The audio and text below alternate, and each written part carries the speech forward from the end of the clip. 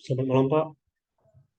Izin di sini saya akan menjelaskan tentang jenis dan kategori kecelakaan pada kereta api. Izin di sini saya akan memperkenalkan diri, nama, tanggal remaja Jonathan Noval Sputar, kelas TD 218, notar 2201182.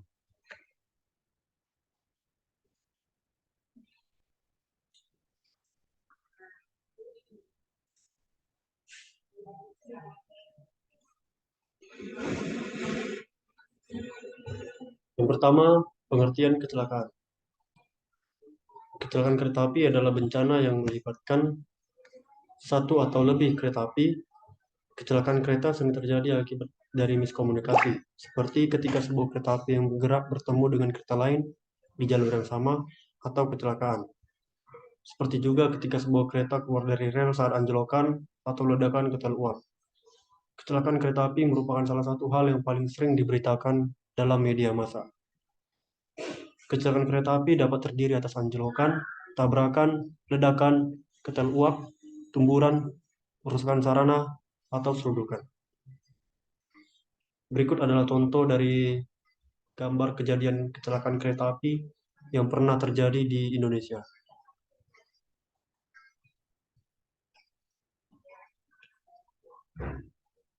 Kategori kecelakaan kereta api. Yang pertama adalah peristiwa luar biasa hebat atau disingkat dengan PLH.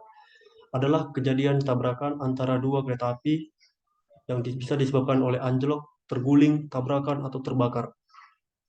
Non kecelakaan kereta api atau disebut juga PL adalah kejadian selain kecelakaan seperti gangguan pada sarana, prasarana, bisa juga dari gangguan alam atau ditabrak kendaraan lain seperti kendaraan truk menabrak kereta. Yang kedua adalah peristiwa luar biasa hebat atau disingkat dengan PLH. PLH kecelakaan hebat bila berakibat orang meninggal atau luka berat. Kerusakan jalan kereta api tidak bisa dilewati minimal 24 jam. Kereta api sebagian atau seluruhnya keluar rel atau tabrakan, gerbong atau sarana lainnya yang rusak hebat karena ditabrak kereta api atau bagian lain. Unsur bahaya karena kelalaian pegawai dalam melakukan urusan perjalanan kereta api atau langsir, dugaan atau percobaan sabotase, peristiwa luar biasa tidak hebat, kecelakaan atau unsur bahaya yang terjadi tidak termasuk PLH di atas. Yang berikutnya adalah peristiwa luar biasa.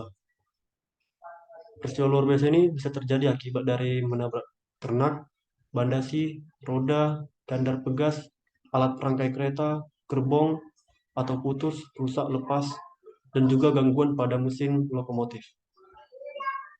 Bisa juga disebabkan oleh gerbong yang tiba-tiba keluar rel atau keluar pada jalurnya. Berikutnya adalah prosedur penanganan kecelakaan. Yang pertama ada prosedur penetapan tanggap darurat. Yang kedua ada prosedur pemberitahuan. Yang ketiga manajemen penanganan kecelakaan.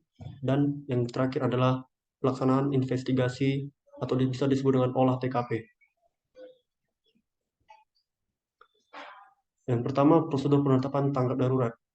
Tiap SDM dari suatu badan penyelenggara perkeretaapian atau bisa kita sebut dengan PT KAI atau juga badan berwenang lainnya seperti Kementerian Perhubungan, Kepolisian, dan yang lainnya memberitahukan dengan segera secara kecelakaan yang baru saja terjadi kepada atasannya sehingga dapat bertindak langsung dan terjun ke TKP. Yang kedua, penyelenggara perkeretaapian menetapkan siapa yang berhak menetapkan kondisi darurat dan persyaratan yang dianggap kondisi darurat. Pemberitaan kondisi darurat, yang pertama, rumah sakit bila ada korban manusia. Yang kedua, tim pelayanan darurat. Yang ketiga, ada dari kepolisian. Yang keempat, pejabat di wilayah kerja pusat pengendali KA sesuai tingkat keparahannya. Dan yang kelima, pusat pengendali KA di wilayah atau bisa kita sebut dengan PT KAI yang berwenang di bagian wilayahnya. Untuk pemberitahuan ke rumah sakit, yang pertama adalah kejadian kecelakaan, waktu kecelakaan, lokasi kecelakaan, dan juga akibat dari kecelakaan tersebut. Untuk pemberitahuan ke pejabat sebagai berikut, uraian singkat terjadi peristiwa dan tindakan yang sudah dilakukan. Pengaturan atau manajemen penanganan akibat kecelakaan peristiwa luar biasa hebat dapat kita baca di UU 23 tahun 2007 pasalnya yang ke-125 yang mengatakan bahwa dalam hal terjadi kecelakaan kereta api, pihak penyelenggara perkereta api harus melakukan hal-hal sebagai berikut. Yang pertama, mengambil tindakan untuk kelancaran dan keselamatan, menangani korban kecelakaan, memindahkan penumpang, bagasi, dan barang antaran ke kereta api lain atau moda transportasi lain untuk meneruskan perjalanan sampai ke stasiun tujuan dari masing-masing penumpang. Ketiga, melaporkan kecelakaan kepada menteri, pemerintah provinsi, pemerintah kabupaten atau kota. Dan berikutnya, mengumumkan kecelakaan kepada pengguna jasa dan masyarakat dan segera menormalkan kembali lalu lintas kereta api setelah dilakukan penyidikan awal oleh pihak berwenang.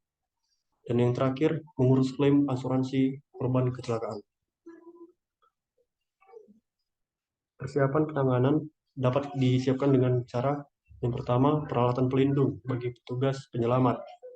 Kedua, peralatan mekanik seperti alat berat untuk mengevakuasi korban dan memindahkan gerbong yang terjadi kecelakaan.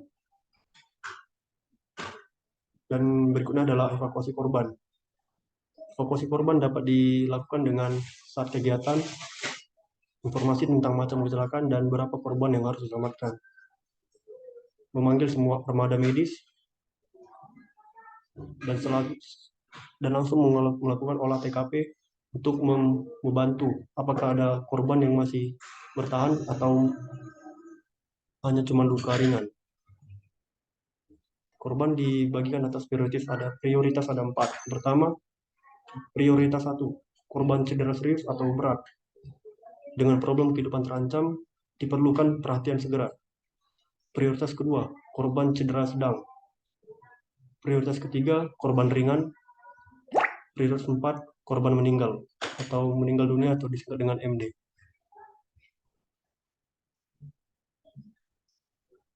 Dan berikutnya adalah evakuasi reruntuhan. Kecepatan evakuasi reruntuhan bisa mengurangi kekusutan perjalanan kereta api. Untuk kecepatan evakuasi perlu yang disiapkan sebagai berikut. Yang pertama, SOP evakuasi. Yang kedua, penyiapan peralatan evakuasi. Dan ketiga, penyiapan SDM yang punya kompetensi di bidangnya masing-masing.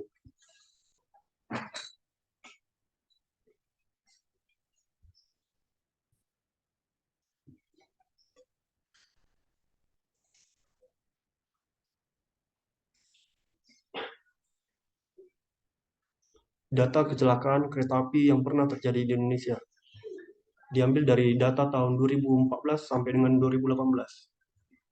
Jumlah kecelakaan di perlintasan pada tahun 2014 ada 39 yang dijaga dan tidak dijaga. Korban jiwa yang meninggal ada 6 orang, luka berat 22, dan luka ringan 3. Pada tahun 2015, korban jiwa yang meninggal ada 54, luka berat 11, dan luka ringan tidak ada.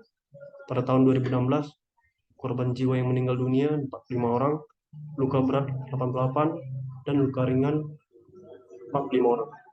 Dan pada tahun 2018, korban jiwa yang meninggal ada 59 orang, luka berat 109 orang, dan luka ringan 77. Untuk sampai dengan Juni 2019, telah kecelakaan sebagai berikut. Yang pertama, orang menemper kereta api dengan jumlah 232 kejadian, kendaraan menemper kereta api dengan jumlah 200 kejadian. Dari data kejadian kecelakaan 5 tahun terakhir, dapat diketahui bahwa jumlah kecelakaan paling banyak terjadi di lintasan sebidang tidak dijaga, dengan total 1.174 kejadian, dibandingkan dengan kejadian di perlintasan sebidang dijaga sebanyak 205. Artinya, bahwa potensi untuk terjadi kecelakaan masih besar terutama pada perlintasan sebidang yang tidak dijaga. Hal ini merupakan kewajiban semua stakeholder untuk dapat menurunkan potensi kecelakaan tersebut. Dan juga dapat dilakukan evakuasi dan evaluasi mengenai perkeretaapian di Indonesia. Ini dapat dilakukan oleh badan-badan yang berwenang seperti PT KAI, Kementerian Perhubungan, dalam hal ini Direktorat Jenderal Perhubungan Bagian Darat. Sekian pemaparan dari saya. Apabila ada yang salah, saya mohon maaf. Selamat malam.